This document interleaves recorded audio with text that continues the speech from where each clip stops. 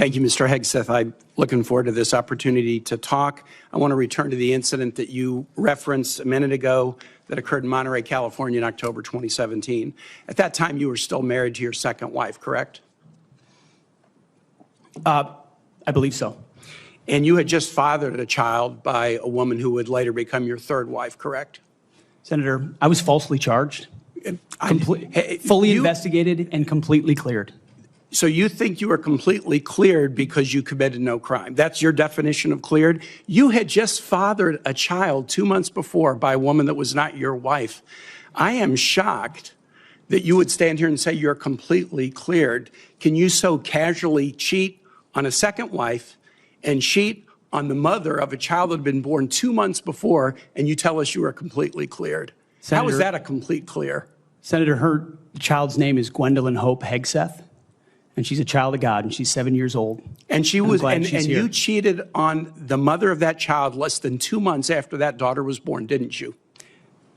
Those were false charges. Well, it was fully investigated, and I was completely cleared. And I am so grateful for the marriage I have to this amazing woman behind me. You've admitted that you had sex at that hotel in October 2017. You said it was consensual, isn't that correct? Anything? You've admitted that it was consensual, and you were still married, and you just had a child by another woman.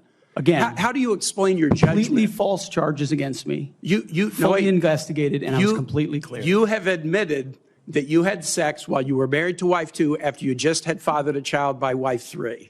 You've admitted that. Now, if it had been a sexual assault, that would be disqualifying to be Secretary of Defense, wouldn't it? It was a false claim then and a false claim now. If it had been a sexual assault, that would be disqualifying to be Secretary of Defense, wouldn't it? That was a false claim. So you're talking about a hypothetical. So you can't tell me whether someone who has committed a sexual assault is disqualified from being Secretary of Defense? Senator, I know in my instance, and I'm talking about my instance only, it was a false claim. But you acknowledge, investigated. That you cheated on your wife and that you cheated on the woman by whom you had just fathered a child. You have admitted that. I will allow your words to speak for themselves. You're not retracting that today. That's good. I assume that in each of your weddings, you've pledged to be faithful to your wife. You've taken an oath to do that, haven't you? Senator, as I've acknowledged to everyone in this committee, I'm not a perfect person, not claiming to be. But no, I just asked a simple question. You've taken an oath like you would take an oath to be Secretary of Defense in all of your weddings to be faithful to your wife. Is that correct? I have failed in things in my life, and thankfully I'm redeemed by my Lord and Savior, Jesus Christ. In finalizing divorces from your first and second wives, were there non-disclosure agreements in connection with those divorces? Senator, not that I'm aware of. If there were, would you agree to release those first and second wives from any confidentiality agreement? Senator, it's not something I'm aware of. But if there were, you would agree to release them from a confidentiality agreement? Senator, that's not my responsibility. Did you ever engage in any acts of physical violence against any of your wives? Senator, absolutely not. But you would agree with me that if someone had committed physical violence against a spouse, that would be disqualifying to serve as Secretary of Defense, correct? Senator, absolutely not have I ever done that. You would agree that that would be a disqualifying offense, would you not? Senator, you're talking about a hypothetical. I don't think it's a hypothetical. Violence against spouses occurs every day. And if you as a leader are not capable of saying that physical violence against a spouse should be a disqualifying fact for being secretary of the most powerful nation in the world, you're demonstrating an astonishing lack of judgment. What detonated that moment wasn't just the line of questioning, it was the unmistakable shift in tone that turned a routine hearing into a political pressure cooker. Tim Kaine didn't walk in looking for neat, bureaucratic answers or polished talking points.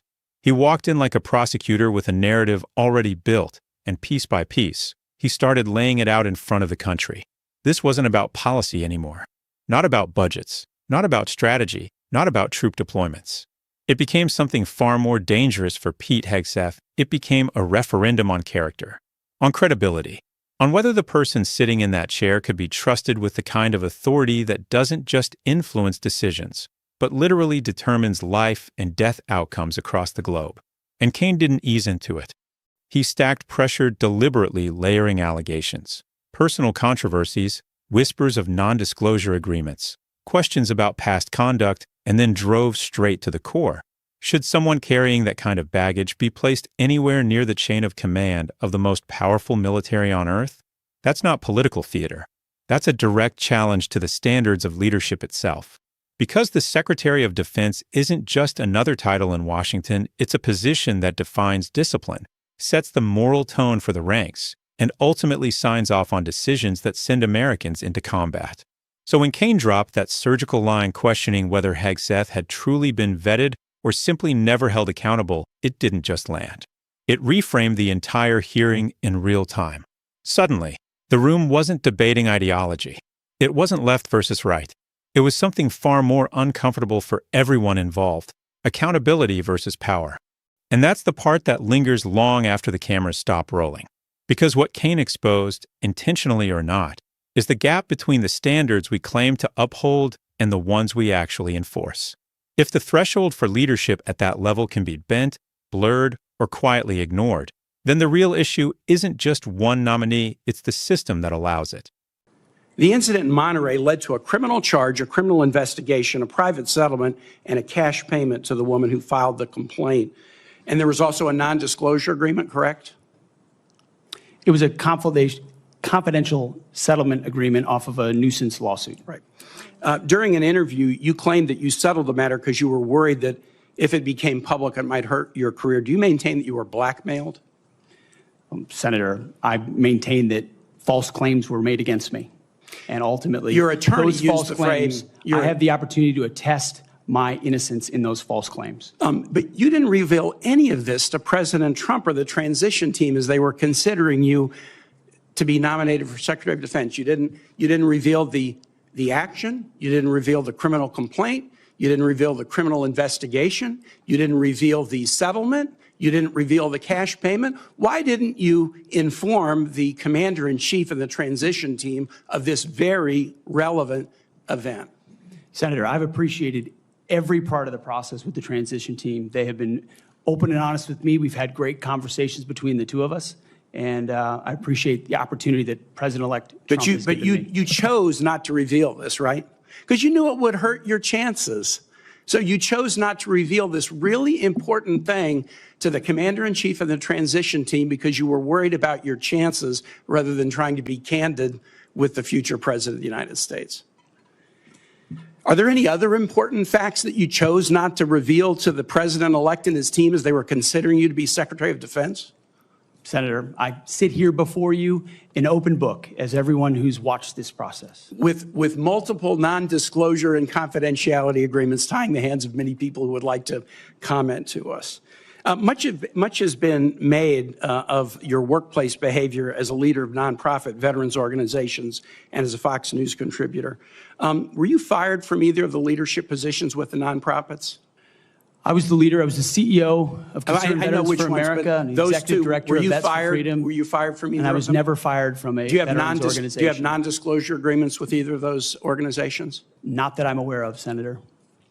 Many of your work colleagues have said that you show up for work under the influence of alcohol or drunk. I know you've denied that, but you would agree with me, right, that if that was the case, that would be disqualifying for somebody to be Secretary of Defense. Senator, those are all anonymous false claims, and the totality they're not anonymous. The letters on the record here. They're not anonymous. On the record, people we've seen records with names Vets attached for Freedom, to them. Concerned Vets for America, and Fox News One of your colleagues working hard every day on behalf. One of your colleagues said that you got drunk at an event at a bar and chanted, "Kill all Muslims." Another colleague, not anonymous, we have this, said that you took coworkers to a strip club. You were drunk, you tried to dance with strippers, you had to be held off the stage, and one of your employees in that event filed a sexual harassment charge as a result of it. Now, I know you denied these things, but isn't that the kind of behavior that, if true, would be disqualifying for somebody to be Secretary of Defense? Senator, anonymous false charges. They're not anonymous. And I'll just conclude and say this to the chairman. You claim that this was all anonymous. We have seen records with names attached to all of these, including the name of your own mother. So don't make this into some anonymous press thing. We have seen multiple names of colleagues consistently throughout your career that have talked about your abusive actions, Chairman, I attitudes, think he's words, over and his time. statements He's way to women. over his time. I now yield. And thank you very much. I now ask unanimous consent to enter into the record a family court order concerning the appointment of parenting time between Mr. Hegseth and Mrs. Samantha Hegseth.